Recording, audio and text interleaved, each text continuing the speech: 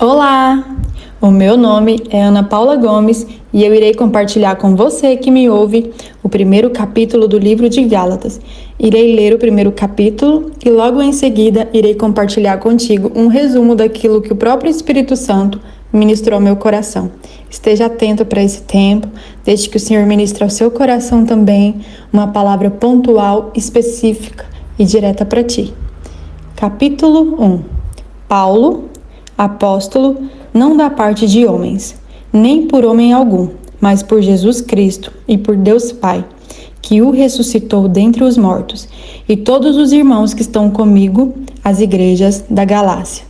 Graça e paz a vós outros, da parte de Deus, nosso Pai, e do nosso Senhor Jesus Cristo, o qual se deu a si mesmo por nossos pecados, para nos livrar do presente século mau, segundo a vontade de Deus, nosso Pai.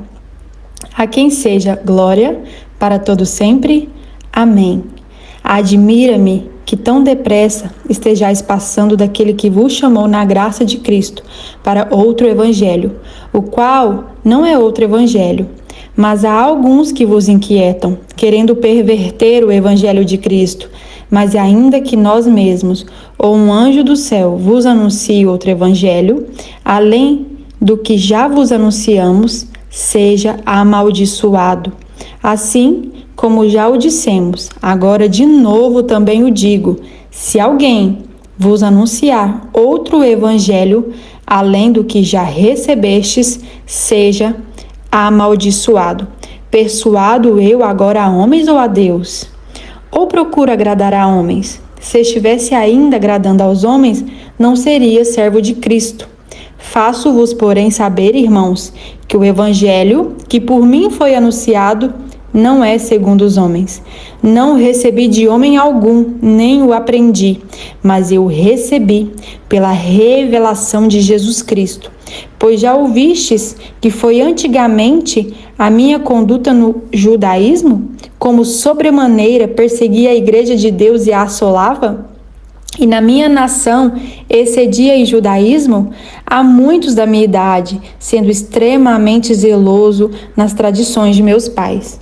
Quando, porém, aprove a Deus, que desde o ventre de minha mãe me separou e me chamou pela sua graça, revelar seu Filho em mim, para que o pregasse entre os gentios, não consultei pessoa alguma, tampouco subi a Jerusalém, para estar com que já antes de mim eram apóstolos, mas parti para a Arábia e voltei outra vez a Damasco. Depois, passado 3 anos, subi a Jerusalém, para ver Pedro, e fiquei com ele 15 dias. E não vi nenhum outro dos apóstolos senão Tiago, o irmão do Senhor. Ora, acerca do que vos escrevo diante de Deus, testifico que não minto. Depois fui para as regiões da Síria e da Cilícia, e não era conhecido de vista das igrejas de Cristo na Judeia. Somente tinham ouvido dizer: aquele que antes nos perseguia, agora anuncia a fé, que outrora procurava destruir. E glorificavam a Deus a meu respeito. Glória a Deus por esse texto. Esse final é tão profundo. Somente tinha ouvido dizer: aquele que antes nos perseguia, agora anuncia a fé, que outrora procurava destruir. Uau! A palavra de Deus, ela é viva e eficaz.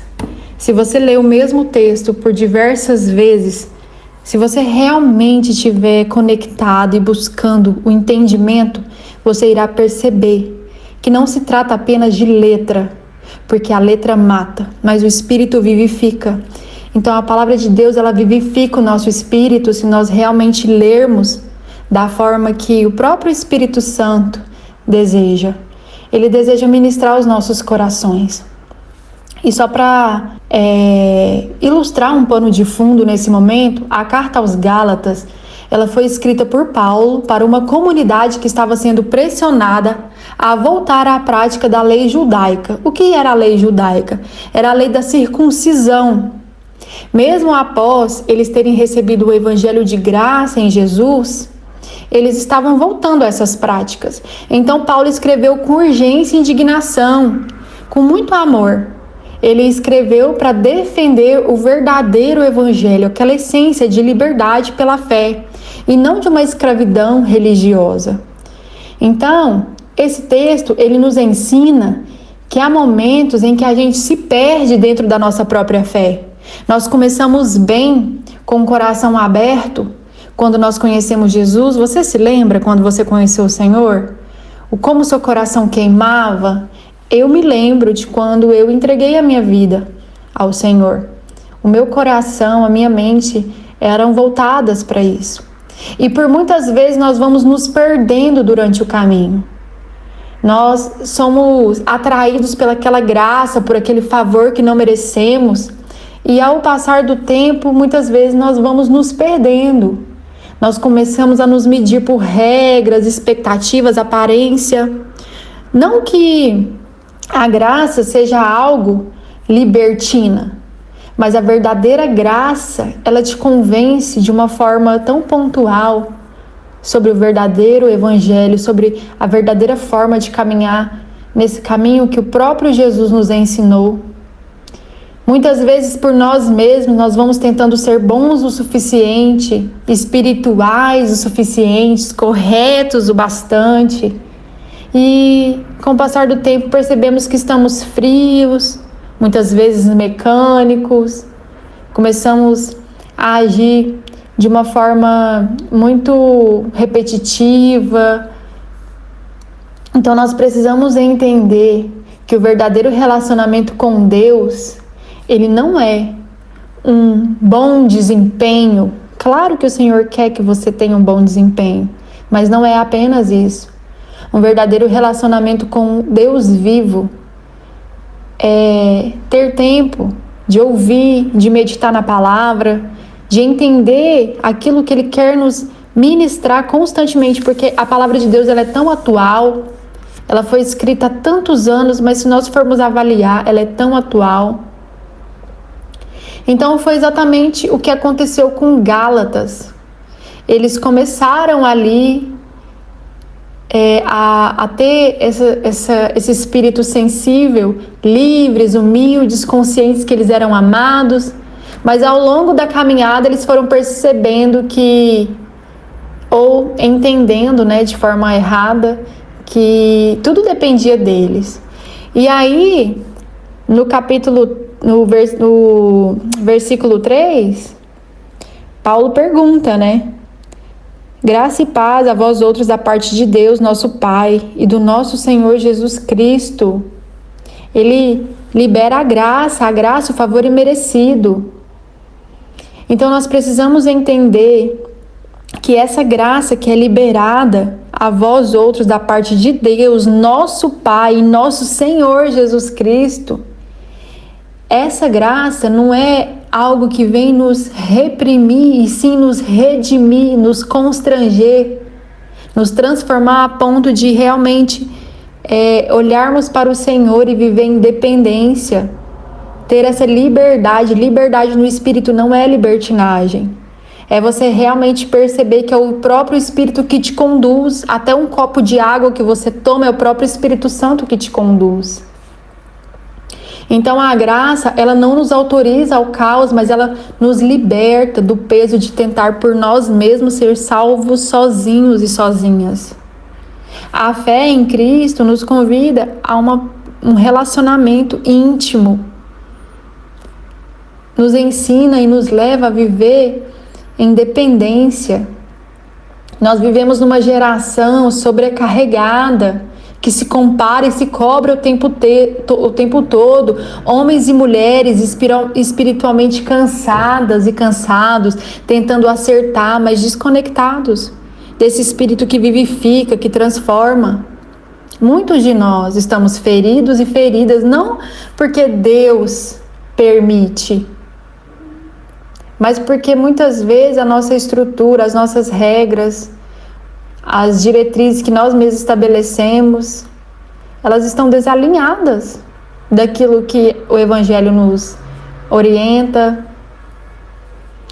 Essa carta é um convite para que nós possamos voltar à verdadeira liberdade, sobre o sopro da graça, para que nós possamos viver em plenitude, segundo aquilo que o próprio Senhor estabeleceu por meio de Jesus.